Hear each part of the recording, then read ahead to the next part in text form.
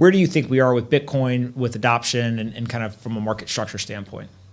So Bitcoin from a market structure has been incredibly bullish. The pattern now, the chart pattern looks very similar to a smaller version of the one from March to June 2020, where it exploded. We've had this lovely corrective phase. We see all the on-chain stuff, William Clemente and Willy Woo and all those guys showing that it's all going into good, strong hands. We had the China FUD. We've had a bunch of FUD. This usually, and there's no guarantees, usually October, November, December is ridiculously good, particularly at this point in the halving cycle. So structurally, it looks amazing. So, okay, who are the buyers here? So most people who got into crypto came in via Bitcoin. That's always the case. It's the big daddy asset. And then people move out the risk curve, and that's pretty normal. So who's the next big buyer of Bitcoin? It's pretty clear to me who they are. It is the ongoing institutions. I mean, that just keeps going. And I think we'll see an acceleration in that, particularly if the price breaks out, because everybody's like sheep. They always want to follow each other. Secondly, it is the coming ETF. It's definitely going to, well, definitely, I don't know that, but I just have a very strong feeling it comes in the next, over this October, November, December period.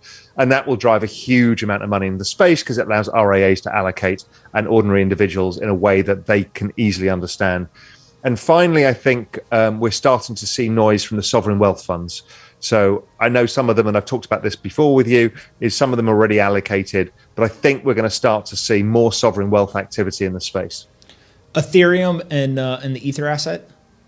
So Ethereum, again, the charts look absolutely astonishing. The on-chain activity, the adoption is by far the largest of anything in the space. So it's huge what's going on. The move towards ETH 2.0 means that, at a simple level, everybody's going to stake everything they've got to get it there. And so that takes all the coins off the market. There's about 11% of all ETH in circulation. So it's almost unbuyable. So you bring a whale into the market, the price just explodes. So I've never really seen a setup as good as this in that respect. So I think it's a very high quality bet for the time being because of all of this stuff that's either off exchange, being staked, and there's no free supply, and demand keeps going exponential. So like ETH overall, what's interesting is we're starting to see institutional adoption. So I spoke at Cowen's big event, and it wasn't about Bitcoin. It was solely about Ethereum, which took me by surprise. That's the first one I've done. It's kind of been referenced in other ones, but here I am now speaking to investment banks when they're asking me to come and talk about Ethereum and just skipping Bitcoin, saying, well, we assume you know Bitcoin, but here's another opportunity. So I think there's a lot more adoption to come in that space, and I think there's going to be an ETF there too. And again, with this really restricted supply that's going on because of ETH 2.0, I think it drives prices a lot. When you think about the institutions that are thinking about or talking about Ethereum and Ether, is it because they've already allocated to Bitcoin, or do you see some of them coming in and they're basically actually skipping over Bitcoin? I think there are some that are skipping over Bitcoin because they get their head around it in a different way, because they think of it as a way of playing the entire technology of the space. So then they don't, it's hard for many of these institutions to stomach the narrative, the Bitcoin narrative of a store of value that central banks are destroying the world and a lot of this stuff, because that kind of goes against a bit of their business model. But Ethereum is not as, it doesn't feel like it's attacking them as much, because it's like, here's a space and we're building decentralized finance on it, and everybody can participate. It doesn't feel that they have to change their internal narratives. So some are finding it just a bit easier to get their heads around what it is without kind of going against or kind of exposing the Wizard of Oz, which is the central banks and what they're doing to currencies overall. We need a Bitcoin price prediction by end of year, and I need an Ethereum price prediction by end of year. What do you got for us? I was doing some work on this on the weekend for Global Macro Investor. I'm kind of thinking, I'm kind of a little bit overly bullish right now. And I think the cycle, well, no, because that's not fair, because I was looking at the cycle itself. I think Bitcoin somewhere north of 200 and ETH closer to 15K. But I think we finished the cycle with Bitcoin closer to 400 and ETH closer to 40,000. All right. So you think by end of year, we've got Bitcoin 200K or so. We've got ETH at 15K. You think end of cycle, which in your opinion, it sounds like kind of February, March of next year. Something like that, yeah. Bitcoin's 400,000 and ETH is 40,000. Yeah. There's a lot of people watching who hope you're right.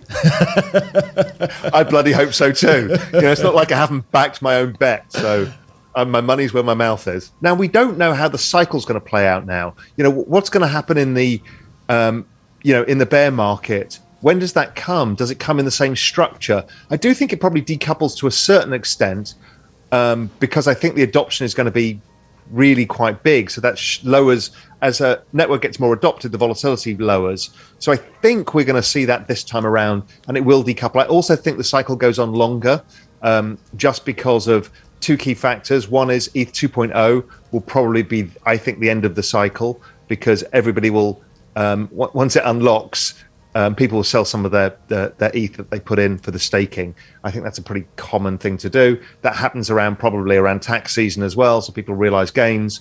And then in addition, I think the ETF will have come out at that point, and a lot of the pent-up demand will be in. And then we'll have to deal with a bunch of people who don't yet realize how to deal with the 70, 80 vol asset. It's, and you've spent a long time doing this. We all have, is to teach people how to hold, how in a network adoption effect model, you will get volatility, but is more than compensated by price if your time horizon is long enough. And we're going to have to teach all of these RIAs this because they're all going to panic out. So, there's a lot of work for us all to do to get people to understand how to deal with high vol assets and what it means as well, what it could mean if they do hold on. I've got two of my brothers here with me, and they got a couple of questions as well. What do you guys got? Hey, Raoul, thanks for doing this. I appreciate you coming on. So my question would be just kind of around the total market cap of all crypto assets and cryptocurrencies. So we're at around 2 trillion today. If we were to kind of fast forward 5, 10, 15 years from now, where do you think this number can go and kind of how do you get there? So I think it goes very interesting. I've just got a chart of adoption of the internet, and crypto maps it beautifully, except the internet was growing at 63% a year when it had 150 million users, which crypto has now. So it was growing at 63% a year. Crypto is growing at 113%. So this is double the adoption rate of the fastest adoption of technology in all recorded history. So we've never seen anything like this. Extrapolate the maths, you get out to 1 billion people by 2024. So this is going to happen really, really fast. By the end of the decade, you're probably at 3.5, 4 billion people, so most of the world. So what does that mean for asset prices? Well, almost all the major asset classes, whether it's equities, bonds, real estate, they're all kind of in the 150 to $300 trillion range. Now, we kind of know that most of those assets are going to go on the blockchain anyway, but let's ignore that. To put this where I think it's going, it's currently 2 trillion. I think a roughly fair value to fit in with the other asset classes is 200 trillion. So it's 100x. We've never had an asset do 100x of that kind of magnitude in all recorded history. I mean, we've never seen it before. None of us have lived through this.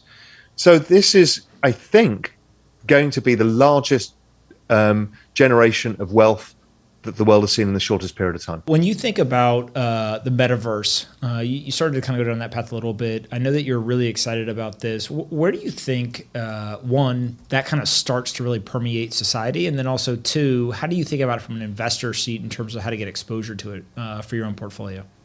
I think if it's the ongoing process, the fact that you and I, we're now living digitally, and me seeing you, I mean, I have drinks with friends on Zoom.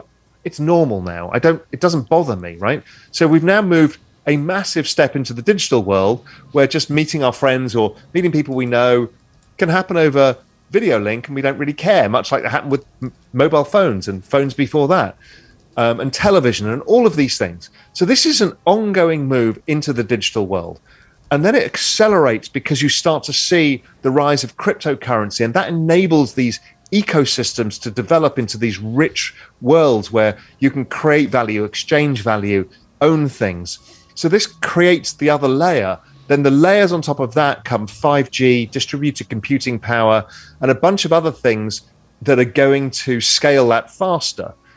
So once you've got the computing power, because right now most of our computers are not gaming computers, so we can't render in the speed we need to render. So we get left with crypto voxels and Decentraland being clunky, and all of the cool kids are on Epic Games and they've got 4K, but we don't have the computing power to do it.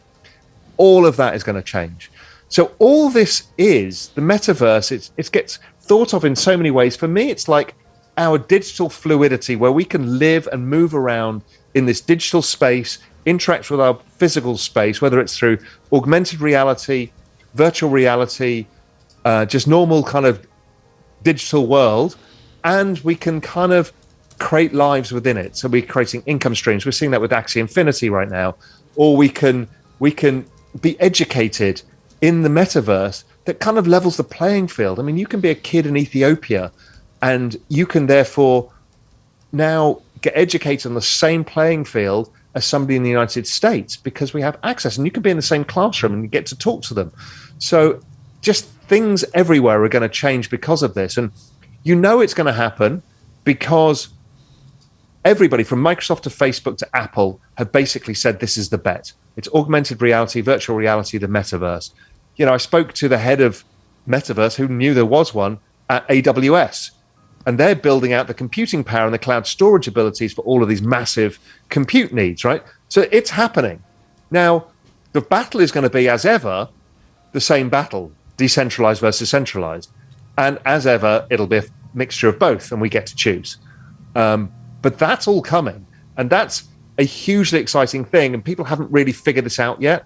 But again, it's going to be an enormous generator of wealth as the world moves into the digital world.